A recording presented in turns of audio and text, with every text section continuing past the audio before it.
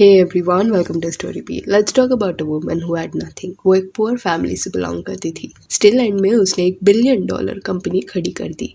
तो ये लेडी का नाम कोको शनेल था, जो शनेल लग्जरी ब्रांड की फाउंडर है. एंड इवन वो थोड़ी वियर्ड थी, like her life choices were actually controversial. उसने शादी करने का कभी सोचा नहीं, but she was completely okay being a mistress to influential man. तो कहानी शुरू होती है अगस्त 1883 से. फ्रांस के एक शहर में हस्बैंड वाइफ रहते थे. वाइफ का नाम जियाना डेवॉली था एंड हस्बैंड का नाम अल्बर्ट शनेल. जियानी एक लॉन्ड्री वुमन थी जो एक चैरिटी हॉस्पिटल में काम करती. एंड अल्बर्ट जो था वो दुकानों में एंड घरों में जा जाके कपड़े एंड अंडरगारमेंट्स बेचता. दे वर स्ट्रगलिंग अलॉट. कंडीशन इतना अच्छा नहीं था उनका. प्लस उनके साथ में 6 बच्चे थे. इन 6 बच्चों में से एक का नाम था गैब्रियाला शनेल, जो 1883 में बॉर्न हुई थी एंड आगे जाके कोको शनेल के नाम से फेमस होने वाली थी. गैब्रियाला अपने भाई एंड बहनों के साथ एक छोटे से कमरे में रहती. ये बच्चों को कभी स्कूल में नहीं भेजा गया था because their family couldn't afford it. फिर गैब्रियाला जब 11 साल की हुई तब हर मॉम जिया ने पास्ट अवे. जिया ने तब 32 इयर्स की थी एंड उसके जाने के बाद पूरा फैमिली जो है ना उनका वो बिखर सा गया. गैब्रियाला के फादर ने अपने मेल बच्चों को फार्म पे काम करने के लिए भेज दिया. देन अपनी डॉटर्स को उसने एक कॉन्वेंट में डाला जो एक ऑर्फनेज की तरह था. कॉन्वेंट में जब गैब्रियाला रह रही थी तब उसने स्टिचिंग करना सीखा. लेटर जब वो 18 इयर्स की हुई ना तब उसे कॉन्वेंट से निकलना पड़ा. एंड कॉन्वेंट से निकलने के बाद वो एक बोर्डिंग हाउस में रहने लगी जो स्पेशली कैथलिक गर्ल्स के लिए बना हुआ था. गैब्रियाला जब बड़ी हुई तब वो अपने बचपन की स्टोरी फैब्रिकेट करके बताती थी. वो ये दुनिया को बताना नहीं चाहती थी दैट वो एक पुअर फैमिली से बिलोंग करती. इस वजह से वो थोड़ी झूठी कहानी बताने लगी कि उसके डैड जो है वो बिजनेस मैटर्स की वजह से अमेरिका चले गए थे एंड हेंस उसे वो उसके आंट के पास छोड़ के गए. बट एक्चुअल सच्चाई ये नहीं थी. और बोर्डिंग हाउस में जब गैब्रियाला रह रही थी तब अपने स्टिचिंग स्किल्स की वजह से उसे एज अ ड्रेस मेकर एक बुटीक में काम मिल गया. ड्रेस स्टिच करने के साथ साथ गैब्रियाला एक परफॉर्मर भी थी. वो अलग अलग प्लेसेस में जाके गाना गाती एंड एंड में लोग खुश होकर उससे पैसे देते. एंड ये वही दौर था जब गैब्रियाला शनेल को लोग कोको शनेल के नाम से बुलाने लगे. कुछ लोगों का यह भी कहना है कि गैब्रियाला को लोग कोको ये नाम से इसलिए बुलाने लगे क्योंकि इसका मतलब है केप्ट वुमन. कोकॉट करके एक वर्ड है फ्रेंच लैंग्वेज में जिसका मीनिंग होता है केप्ट वुमन. एंड इसी वजह से कहा जाता है कि गैब्रियाला का नाम कोको पड़ा क्योंकि उसके मेल्स के साथ रिलेशंस थे. तो यहाँ से कोको शनेल की जर्नी शुरू हुई.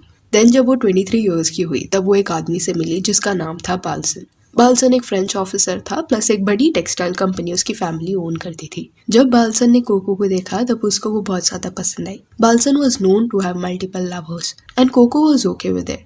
इसके बाद बाल्सन एंड कोको का रिश्ता शुरू हुआ and Coco became Balsan's mistress. फिर कोको उसके साथ ही रहने लगी. बाल्सन की वजह से कोको भी एक लग्जूरियस लाइफस्टाइल एंजॉय कर रही थी. ऐसे लोगों से मिल रही थी जो एक अलग सोशल ग्रुप से बिलोंग करते थे. ड्रेसेस, डायमंड्स, पोल्स, ये सारी चीजें बाल्सन कोको को गिफ्ट करने लग गया. तो indeed she was enjoying her life.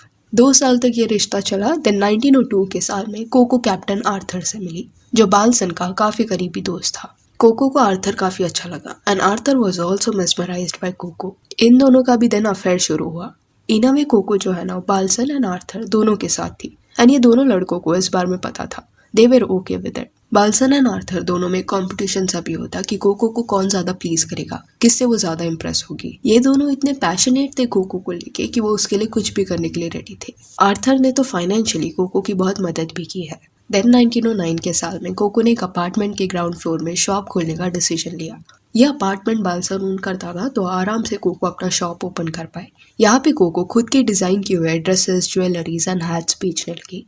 Cocoa के डिजाइन इतने ब्यूटीफुल थे कि कई बड़े डिजाइनर्स उसके पास उसके पीसेस खरीदने आते. Within a year Coco को और भी बड़े इन्वेस्टर्स मिलने लगे जो उसके ब्रांड शनेल के आउटलेट्स खोलने में उसकी मदद करना चाहते थे.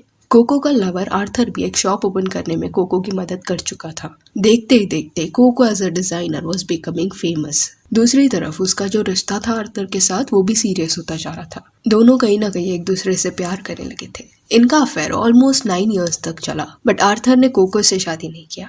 इंस्टेंट 1918 में ही मैरिड अ वुमन जिसका नाम था लेडी डायना विंडहैम. शादीशुदा होने के बावजूद आर्थर ने उसका रिश्ता कोको के साथ कंटिन्यू रखा, उसे खत्म नहीं किया. तो कोको अभी आर्थर की मिस्ट्रेस बन चुकी थी.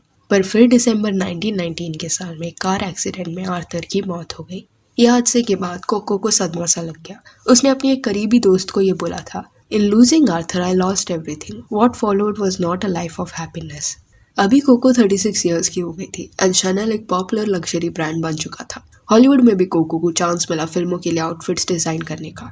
सब अच्छा चल रहा था, पर देन 1939 में जंग शुरू हो गया। ये जंग का जो माहौल था ना, उसको कोको ने काफी स्मार्टली खुद के फायदे के लिए यूज किया। शनेल ब्रांड के जो वर्कर्स थे वो unfair wages and long working hours के इशू के चलते हड़ताल पे चले गए थे। अभी कोको को उनकी मांगे पूरी नहीं करनी थी, तो उसने ये अनाउंस कर दिया कि जंग की वजह से शनेल के जो सारे स्टोर्स है वो थोड़े वक्त के लिए बंद किए जाएंगे। ऑलमोस्ट 4000 से भी ज्यादा लोगों का काम चला गया ये डिसीजन के चलते।